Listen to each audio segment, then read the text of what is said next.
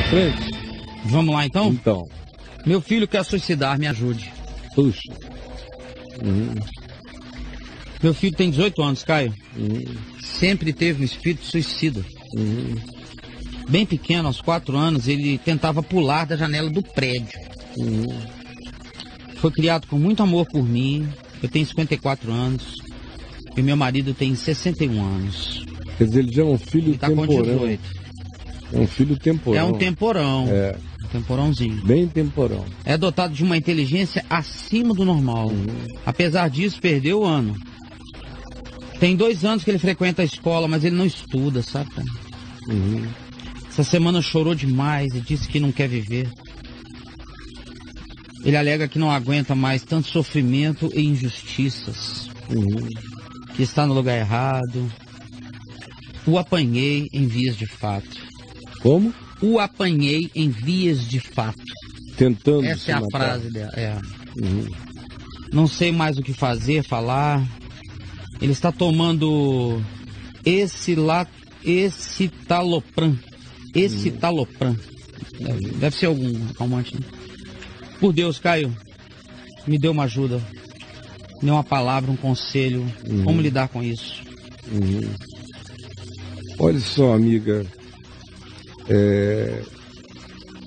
Número 1, eu acho que você e o seu marido precisam ser muito ajudados para ajudá-lo. Por isso, a primeira pessoa precisando de ajuda imediata é você. Porque você que tem que ser equipada, você que tem que ser distendida, você que tem que ser aliviada desse peso, você e o seu marido, para poderem lidar com ele. Por isso eu recomendaria que você procurasse a minha irmã, Ana D'Araújo, aqui mesmo na Vem Ver TV, vai aparecer já já o e-mail dela, você anota, tá aí. Faça contato com ela para você conversar com ela via Skype e narrar essa história, para você se fortalecer.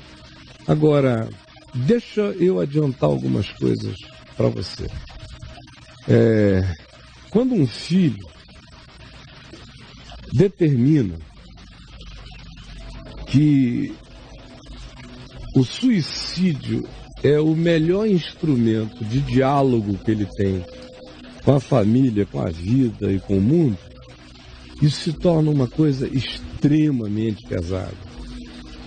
E não é difícil de acontecer, porque já aconteceu na minha casa. Já contei mais de uma vez. Quando meu filho Lucas, que também era um garoto extremamente inteligente, perceptivo, sensível, agudo, no olhar crítico, existencialmente, extremamente,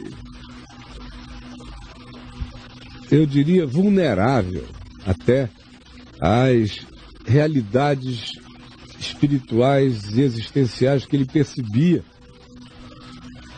Eu comecei a me assustar com ele quando ele tinha 4 anos de idade.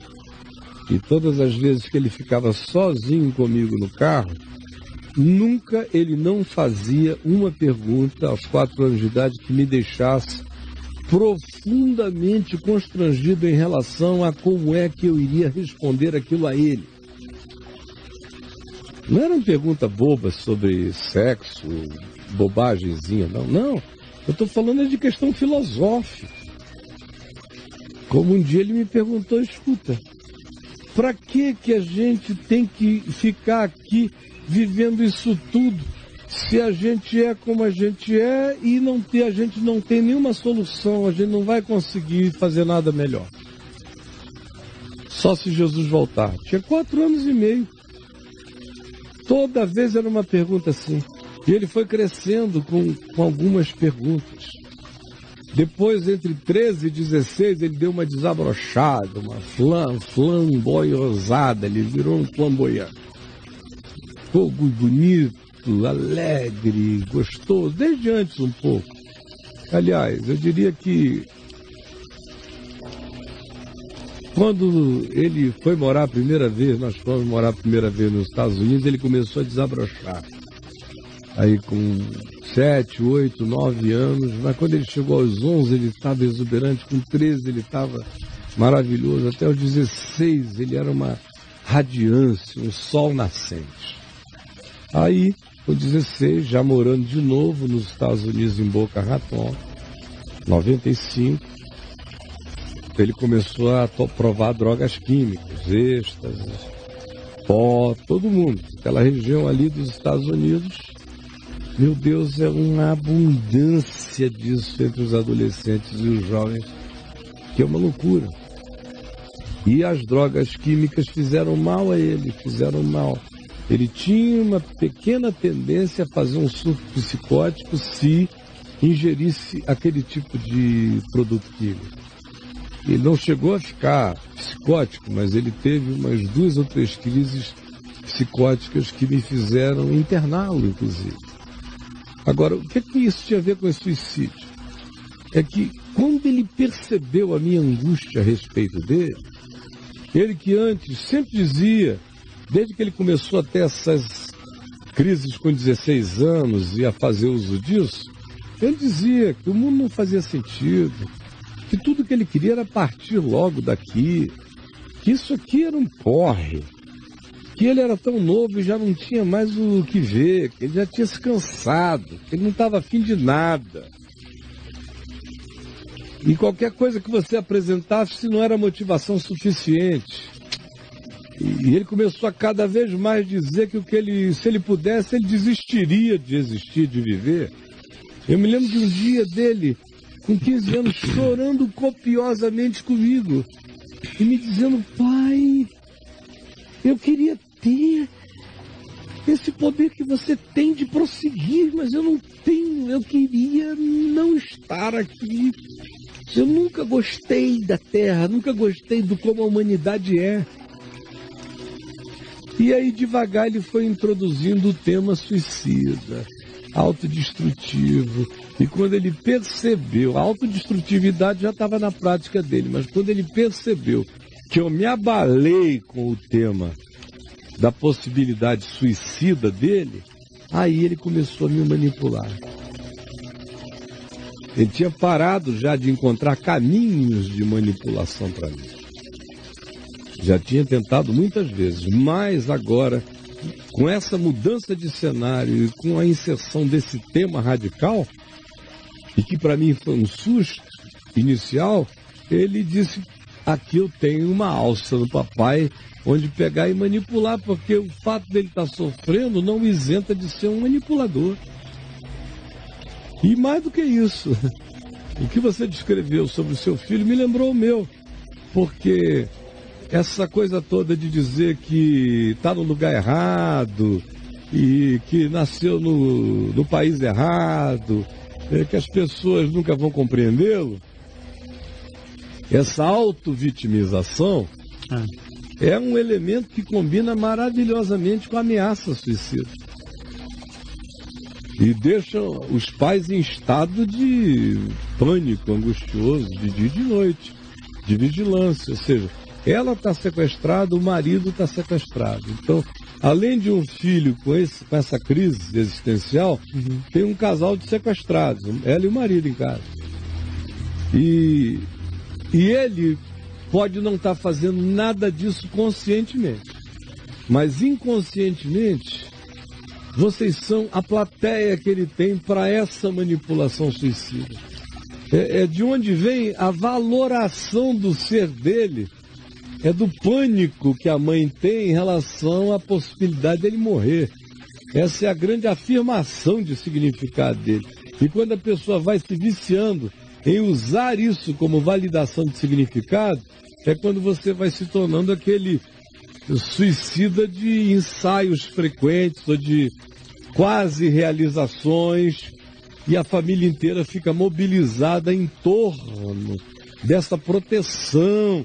O único lugar de significação que o cara tem é o investimento de todos impedindo o suicídio dele. Putz. Aí vira uma calamidade quando acontece, e não é raro de acontecer em vida de jovens. Eu não estou dizendo que ele não tem um potencial suicida. Eu só estou dizendo que junto com o potencial suicida, vem a auto-vitimização, vem a manipulação, vem a utilização até inconsciente da angústia dos pais como validação da vida dele. Tem um monte de coisa em processo. Agora, eu sugeriria, enquanto você busca ajuda com a minha irmã, diga para ela o que eu lhe falei, peça a ela para ver o recorte dessa nossa conversa juntos. Enquanto isso, eu pediria a você que fizesse exames gerais do garoto. Você já fez? Hormonais. Porque às vezes, cara, o que está faltando num menino desse, antes da gente complicar tudo, a gente tem que simplificar tudo. Eu não posso saber que ânsia depressiva está dando num menino da idade dele, antes de saber se zinco, lítio, vitaminas, proteínas, hormônios, tudo que produz emoção, os hormônios da alegria, da intensidade, da energia. Se está tudo em dia, às vezes está tudo descompensado. Aí você pode até botar o garoto numa terapia. Vai ajudá-lo do ponto de vista do entendimento dele sobre o sentido da vida, quem sabe. Mas não vai mudar nada sobre as sensações esquisitas. Porque, por exemplo, às vezes você vai dormir psicologicamente bem, está todo tranquilo, mas acorda com uma descompensação, especialmente quando o cara chega, por exemplo, na minha idade. É fácil descompensar. Uma comida errada, qualquer coisa que você pode fazer, quando você já está com o organismo em estado, em processo de envelhecimento, e as coisas vão se desconectando, mais você frágil, tem que né? viver num equilíbrio permanente entre as partes, você pode amanhecer e dormir maravilhosamente bem e amanhecer no dia seguinte se sentindo mal, tão mal que você não sabe, se você não tiver experiência, você não sabe se é da alma, do espírito ou do corpo. Sim. E às vezes é só do corpo.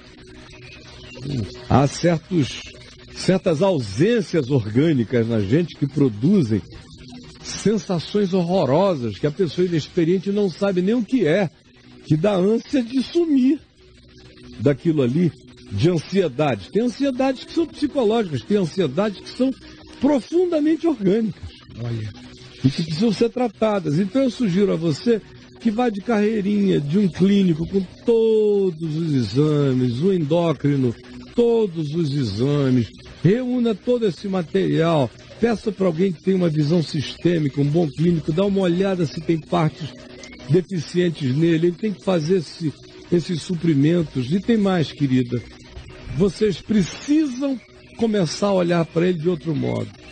Não tenha medo de que ele se suicide. Toda vez que você chega e você olha assim para ele, ó, você está andando diferente já, você fica olhando, espreitando, você olha pela brecha.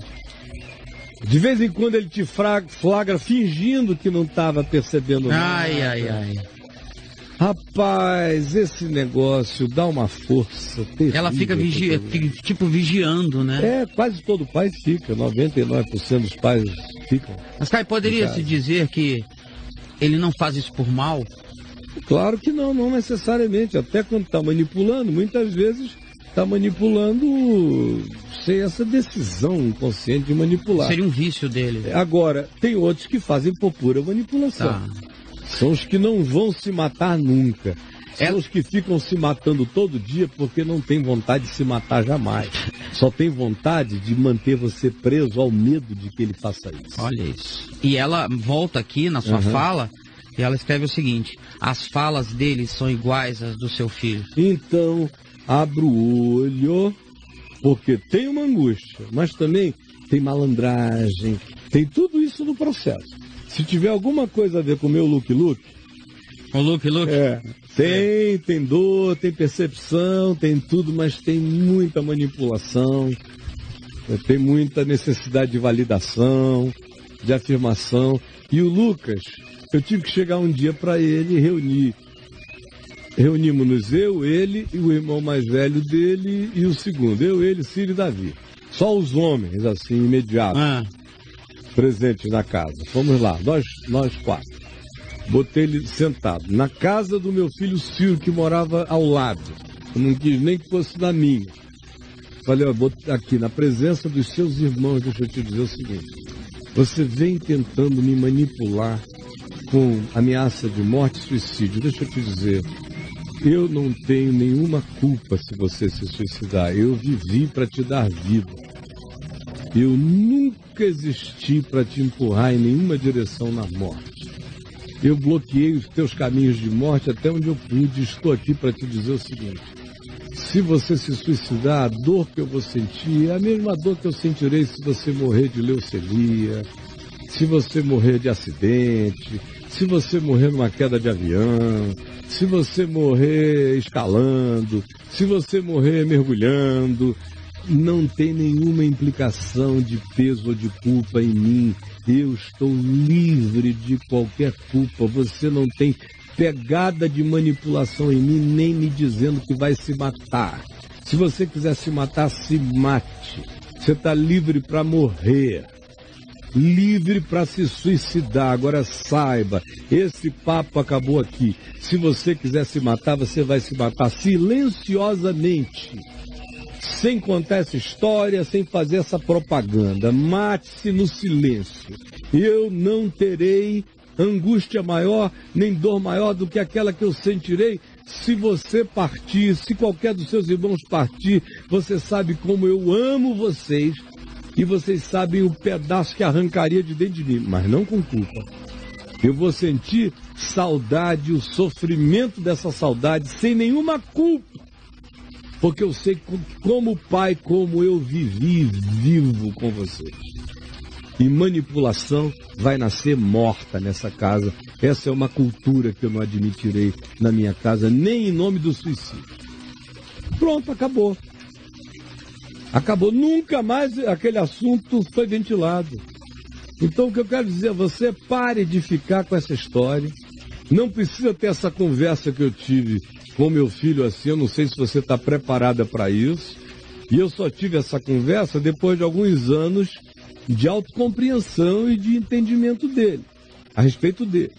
Então você vai começar conversando com a minha irmã, você vai fazer aquele histórico químico dele todo para ver se tem alguma coisa faltando. E a terceira coisa que você vai fazer, você vai assumir essa atitude de alguém que não está lidando com a ameaça da morte. Porque se você se entregar a isso, você e seu marido serão manipulados com ele vivo ou morto. Com ele vivo, vocês serão manipulados. E se ele um dia fizer uma besteira dessa, vocês vão ficar manipulados até morrerem. E vocês não têm que viver essa culpa. Vocês têm que viver uma vida livre dessa catividade. Ele não pode ter sobre você essa garra. Se ele tiver essa garra, só vai fortalecer o espírito manipulativo, e o espírito manipulativo vai produzir o vício da manipulação suicida, e o vício da manipulação suicida, se alcançar um dia um ponto de extrema frustração, pode ser que ele brinque disso de maneira definitiva. Então vamos tratar a coisa com essa calma. E vamos tirar a mosca que caiu na sua sopa. Na sopa. Não é? Ao invés de jogar a sopa pela janela. Com prato tudo. Com prato e tudo. Caiu a mosca, vamos isolar esse tema, vamos tratar assim, e você e o seu marido não fiquem codependentes da ameaça suicida aqui. Entre lá no meu site, escreva a palavra suicídio e leia tudo que você encontrar por lá, tá bom? Um beijo para você e qualquer outra coisa, vá mencionando aqui pra gente, vamos conversando. Tamo junto. Estou aqui todo dia para você, meu amigo. Para ele também. Se ele quiser conversar comigo, claro. Você aconselha ela a mostrar a resposta para ele? Hã? Você aconselha ela a mostrar o recorte para ele? Ele não está preparado para ouvir a minha resposta agora. Ele pode ficar chocado demais com algumas verdades e fechar o coração e dizer, esse cara não entende nada. Aí, entendeu como é que é? Porque é difícil você ouvir na lata que a tua dor pode estar misturada também com a tua manipulação e com a tua auto-vitimização. É pesado de sair, do cara tem que estar... É muita informação. É muita informação, é muito choque. E quem dá, o mensageiro acaba sendo odiado por causa da mensagem. E aí eu vou ter pouca chance de ajudá-lo posteriormente. É melhor ela se preparar para lidar com isso. E sentindo, diz, olha, eu me aconselho aqui com esse cara.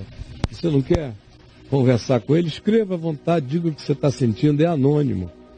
Não precisa nem botar o seu rosto para fora, se não quiser. Fale tudo e a gente está aqui.